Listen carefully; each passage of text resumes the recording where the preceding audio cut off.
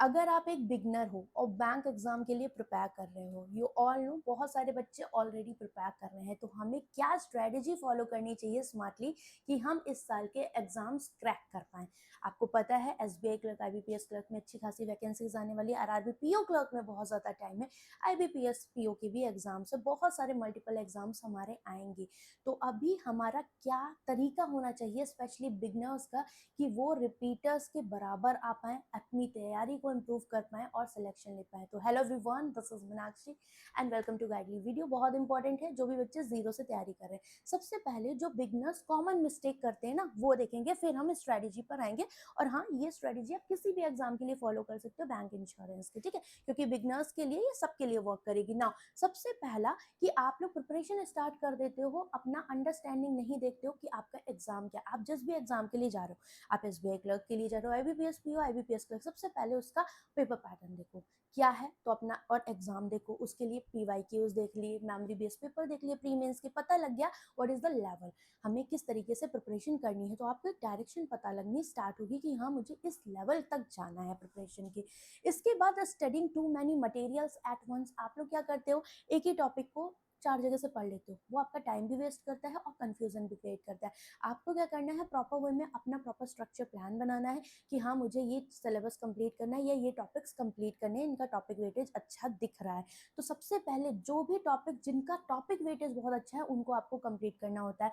ये नहीं करना है कि हम बहुत सारी जगह है, टेलीग्राम है, यूट्यूब है, बहुत सारा मटेरियल है, सब जगह से पढ़ रहे हैं, कंफ्यूज है और कुछ भी हमारा प्रॉपर वे में खत्म नहीं हो रहा। ठीक, now focusing on favourite subject, ये भी बहुत गंदी आदत है बच्चों की। क्या करते हैं, क्वांट रीजनिंग ही पढ़ रहे हैं या जी इंग्लिश ही पढ़ रहे हैं। आपको थोड़ा बैलेंस बना के पढ़ाई करनी है ताकि आपकी सेक्शनल कट ऑफ मिस ना हो, और आप बैलेंस बनाओगे तो ये आपको आपके एग्जाम में बहुत हेल्प करेगा, क्योंकि मोस्टली स्टूडेंट का प्रॉब्लम ये या तो सेक्शनल से रहते हैं या फिर उनका कोई सब्जेक्ट बहुत वीक होता है, उस पर वो वर्क नहीं करते हैं। Ignoring mock test and analysis, आपको क्या करना है, आप एक महीने का समय ले सकते हो अपने बेसिक्स को कंप्लीट करने में, बट आफ्टर 1 मंथ 30 दिन के बाद आपको अपने मॉक्स स्टार्ट कर देने हैं एंड सेक्शनल टेस्ट, वो आपको राइट डायरेक्शन में रखेंगे और आपको पता लगेगा कि मुझे टाइमिंग को कैसे डिवाइड करना है और मॉक में कैसे अटेम्प्ट करना है, क्योंकि वही आपको रियल एग्जाम में उसी तरीके से यहाँ पर एग्जाम देना होगा। तो मॉक और एनालिसिस बहुत इंपॉर्टेंट है, यही आपको इंप्रूव करेगी जहां भी आप लैक कर रहे हो। लैक ऑफ कंसिस्टेंसी, अभी 4 दिन पढ़ा, 5 दिन नहीं पढ़ा, लगता है नोटिफिकेशन आएगा तब पढ़ेंगे, नहीं, नोटिफिकेशन आने के 2 से 3 महीने पहले से तैयारी आपकी होनी ही चाहिए अगर आप 101% श्योर सिलेक्शन लेना चाहते हो। ठीक है, जैसे एसबीआई क्लर्क, आईबीपीएस में हो गया, आरआरबी में एग्जाम में टाइम है। Following random strategy from different sources, आपको ये नहीं है कि हाँ हमने यूट्यूब पे बहुत सारी, जैसे ये भी एक वीडियो है, आप बहुत सारी वीडियोस देख रहे हो, किसी ने कुछ बताया, किसी ने कुछ, आज आप कुछ फॉलो कर रहे हो, एक हफ्ते बाद आपने किसी दूसरे की वीडियो फॉलो करने लगे, नहीं, आप एक आइडिया ले सकते हो। जैसे मैं आपको यहाँ आइडिया दे रही हूँ, स्ट्रैटेजी आपको खुद बनानी होगी, क्योंकि हर एक बच्चे का वीक एरिया, स्ट्रॉन्ग एरिया अलग होता है, हर एक के लिए सिचुएशन अलग होती है, किसी की शिफ्ट कैसी आई होती है, किसी की कैसी, तो हमें अपने अकॉर्डिंग पढ़ाई करनी है। ठीक है, तो follow one structured plan consistently. Now understand the exam pattern, जो मैंने आपको बताया, या पीवाईक्यूज देख लो, उसके बाद टॉपिक वेटेज, ये बहुत इंपॉर्टेंट पॉइंट मैं बता रही हूँ।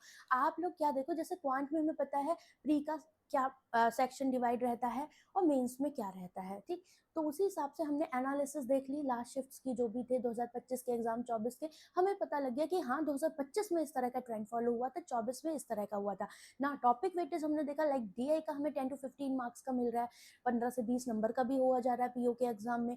अर्थमेटिक का कितना वेटेज है, अगर रीजनिंग में आए तो हमें पजल सीटिंग का अच्छा वेटेज मिल रहा है। तो जो टॉपिक्स आपके चैलेंजिंग होते हैं, लाइक पजल सीटिंग इन आपका हो गया रीजनिंग, क्वांट में अर्थमेटिक डीआई और इंग्लिश में आरसी पैराजम्पल, इनको आप डेली बेसिस पे सबसे पहले इनके बेसिक्स कंप्लीट करें और इनको डेली बेसिस पे प्रैक्टिस करना स्टार्ट करो इंडिविजुअल, क्योंकि जब तक आप इनको अलग से प्रैक्टिस नहीं करोगे, ये सिर्फ सिलेबस खत्म करने से आपके स्ट्रॉन्ग नहीं होंगे। और अगर आपने इनको स्ट्रॉन्ग कर लिया तो आप वैसे ही एक लेवल आप चले जाओगे और आप अच्छे से, जो बच्चे बैठे हैं एग्जाम में ऑलरेडी पहले से प्रिपेयर कर रहे हैं, उनके साथ आप बैठने लायक होगे। ठीक है, know the marking scheme and penalty of wrong number, जैसे कि आप मार्क्स दोगे तो आपको पता लगेगा कि मुझे कितना सही जाना है, क्या एक्यूरेसी बन रही है, स्पीड क्या रखनी है। ठीक है, तो मार्क्स बहुत इंपॉर्टेंट है, जो भी सिलेबस अपडेटेड है वो आपका एनालिसिस से सारा कवर हो जाएगा कि हाँ जो हमारा ट्रेंड चल रहा है हमें उसी के अकॉर्डिंग पढ़ाई करनी है। और previous year analysis and topic weightage बहुत इंपॉर्टेंट है, जैसे कि हमने डिफरेंट एग्जाम के मैंने बनाए हुए हैं, आप सर्च करोगे आपको मिल जाएगा। ठीक है ना, बिगनर्स फर्स्ट 30 डेज प्लान क्या होना चाहिए, मैं आपको शॉर्ट में बता देती हूँ। ठीक है,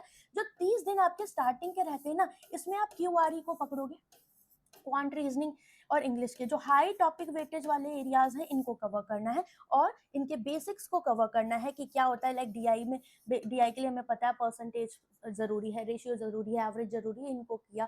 ठीक है, पजल सीटिंग में हमने टाइप्स वाइज जो भी थे पजल्स कर लिया। और इसमें क्या है, रीजनिंग का सिलेबस आप एक महीने में आराम से खत्म कर सकते हो कि हाँ से लॉग से तो ओनली फ्यू का क्या कॉन्सेप्ट है, इनइक्वालिटी है, कैसे हमें सॉल्व करना है, ब्लड रिलेशन है, डायरेक्शन डिस्टेंस है, आपने क्लासेस के थ्रू ये अप्रोचेस देख ली इसकी। ठीक, फिर क्वांट का थोड़ा सा सिलेबस रहता है, इंग्लिश भी थोड़ा टाइम लेके आती है, तो इसमें आप क्या करो, रीडिंग इंप्रूव करनी है और ग्रामर, इन दोनों को साथ लेकर चलो, लाइक एडिटोरियल एंड ग्रामर और साथ में सेक्शनल टेस्ट। इससे क्या रहेगा कि आप बिल्कुल अपनी टू द पॉइंट जो भी प्रिपरेशन है उस पर होगे। स्टार्टिंग का फेज है एक महीने का, तो इसमें आप क्या कर सकते हैं, एडिटोरियल के साथ अपने ग्रामर को इंप्रूव करो और अपने टॉपिक्स को इंप्रूव करो। लाइक हमें पता है पैराजम्बल आता है, तो इसको कैसे अप्रोच करना है, एग्जाम में वीडियोस देख ली हमने। सेंटेंस कनेक्टर हो गए, नहीं देख लिया, वर्ड यूजेस हो गए, मैच द कॉलम हो गए, या फिर सेंटेंस रीअरेंजमेंट हो गया, इन सारे पॉइंट्स को वन बाय वन देखा। ठीक है, सिमिलरली क्वांट में भी हमने पहले स्पीड मैथ्स खत्म कर लिया। ठीक है, क्योंकि हमें पता है क्लर्क में 10 से 15 नंबर का मिल जाता है, इसका भी वेटेज अच्छा है। फिर हमने डीआई खत्म कर ली, फिर उसके बाद अर्थमेटिक, इस तरीके से आपको आना है। फिर जैसे ही आपके हाई टॉपिक वेटेज वाले बेसिक्स कंप्लीट हो जाए, इनके क्वेश्चंस प्रैक्टिस करना आपको अलाइन मैनर में स्टार्ट करना है। ठीक है, ये बहुत जरूरी है क्योंकि इससे आपको इंप्रूवमेंट स्टार्टिंग फेज से ही दिखना स्टार्ट होगा। ठीक, अभी मॉक्स मत दो। ठीक है, आप ज्यादा चाहो तो टॉपिक जो भी प्रैक्टिस करो उनके टॉपिक टेस्ट दे सकते हो। ठीक, तो ये फर्स्ट 30 डेज आपका ये रहना है ना। इसके अलावा क्या है ना, स्मार्ट प्रिपरेशन फ्रेमवर्क, इसको देखेंगे जब नेक्स्ट आप पॉइंट पे आओगे तो आपका कुछ थोड़ा बहुत सिलेबस रह जाएगा, but now start your sectional test है।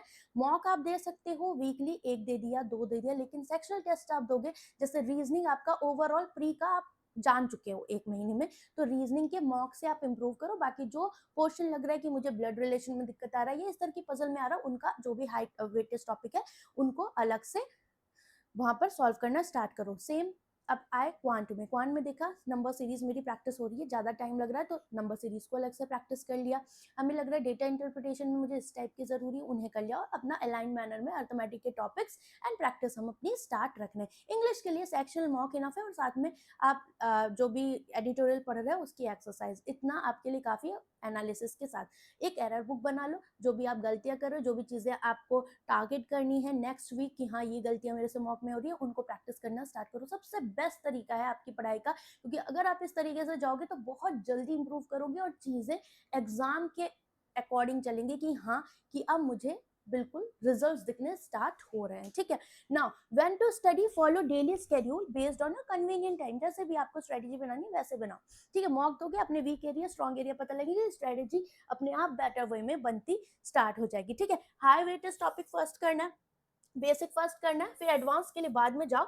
हाँ, अगर आप अर्थमेटिक जा रहे हो देन, जैसे आपको एग्जांपल दूं रुद्रा 7.0, तो वो आपको प्री टू क्लर्क मेंस तक रेडी कर देता है। फिर उसके बाद मेंस का जो बैच है वो आपको रेडी करेगा प्रॉपर मेंस की डीआई, अर्थमेटिक, क्वाड्रेटिक अलजेब्रा, सारी चीजें वहां पर रहेंगी। और मेंस का भी आपका सीवी 4.0 टॉपिक वाइज बैच आने वाला है, तो आप मेरे साथ कनेक्ट हो सकते हो। ठीक ना, और ये सारी चीजें क्वांट सुप्रीम पैक में आपको मिल जाएंगी। हाई वेटेज टॉपिक को पहले कर दिया, फिर लो वेटेज टॉपिक को हम लास्ट में रख सकते हैं।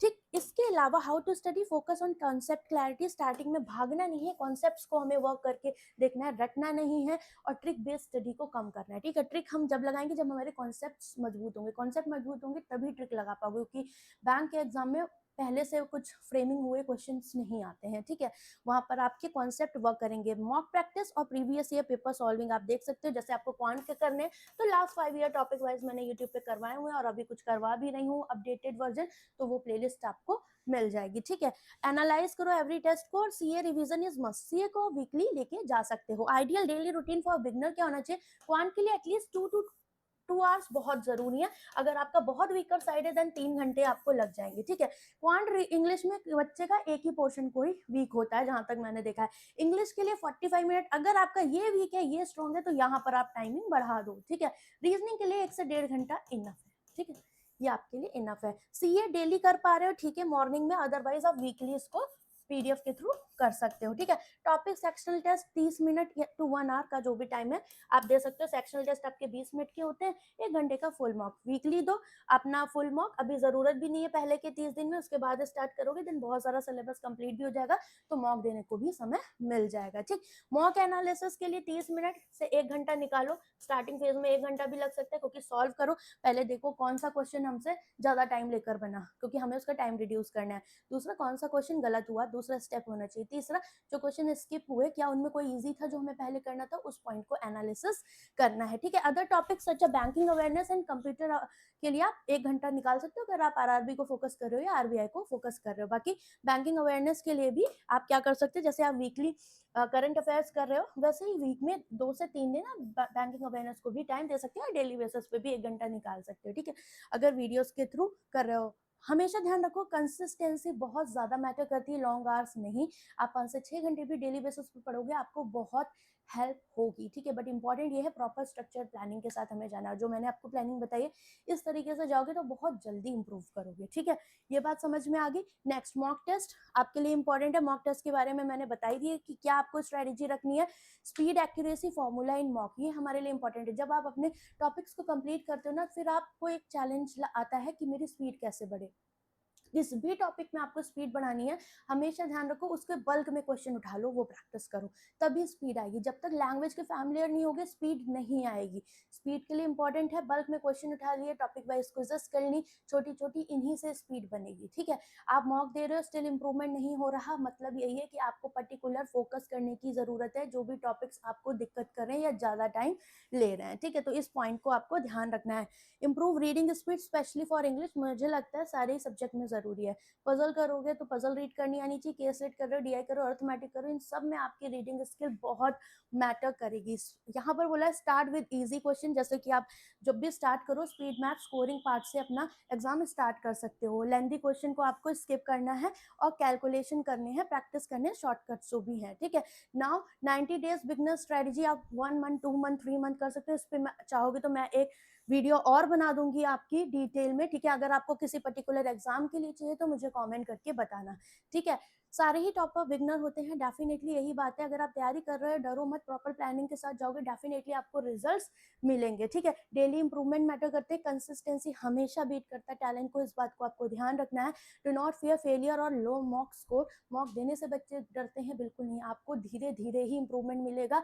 ये नहीं कि तुरंत मिल जाए, 4 दिन परसेंटेज पढ़ लिया, नहीं, 1 महीने आप मॉक्स दोगे तब जाके आपको इंप्रूवमेंट दिखने स्टार्ट होंगे, ठीक है। और डिसिप्लिन आपको रहना है। Your selection depends on your daily habits. Final success tip क्या है, गोल्डन टिप्स आपके हैं, यही जो सारी चीजें हमने बताई थी, ठीक है, तो वही आपके शॉर्ट में दे दिए गए हैं। और इसके अलावा गाइस एक इंपॉर्टेंट पार्ट ये है कि आपका जो भी प्रिपरेशन है, कंप्लीट प्रिपरेशन और इसकी प्रैक्टिस के लिए आपका गाइडली का बंडल पीडीएफ कोर्स जो है वन स्टॉप सोल्यूशन है। बिकॉज आपको यहाँ हर एक सब्जेक्ट, जैसे आप जो भी एग्जाम टारगेट कर रहे हो ना, उसका 50 दिन का प्री का डेली टारगेट मिलेगा, 50 दिन मेंस का। जैसे मैंने आपको बोला ना, प्रॉपर स्ट्रक्चर्ड प्लानिंग इंपॉर्टेंट है, तो यहाँ आपको सब कुछ मिलेगा, कंटेंट भी कि आपको डेली पढ़ना क्या है, वो सारे टॉपिक्स मिलेंगे हर एक सेगमेंट में, और हर चीज़ आपकी कवर होगी, तो आप इसको फॉलो कर सकते हो।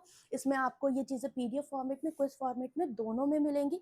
आपका यहाँ पर जो प्राइसिंग है वो करेंटली ये है 3 मंथ का, you can use code this one, ठीक है। इसके अलावा आपके मंथ वाइज जो सब्सक्रिप्शन है वो प्लान दिए हुए हैं।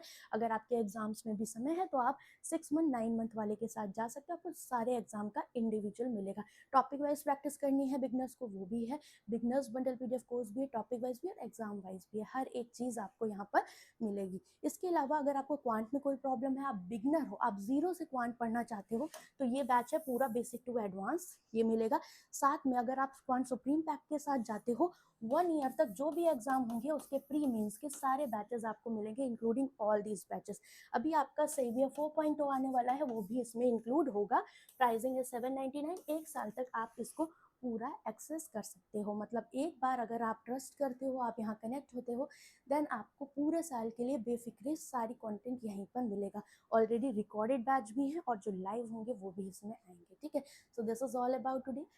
कोई डाउट है, अगर मुझे कोई भी परेशानी आपको लगती है प्रिपरेशन में, आप पूछ सकते हो कमेंट सेक्शन में फ्री होके, लिंक आपको कमेंट सेक्शन में मिल जाएंगी। और अगर कोई भी दिक्कत आती है, आप मेरा टेलीग्राम चैनल ज्वाइन कर सकते हो, बैंकिंग स्मार्टली। तो चलो बाय, टेक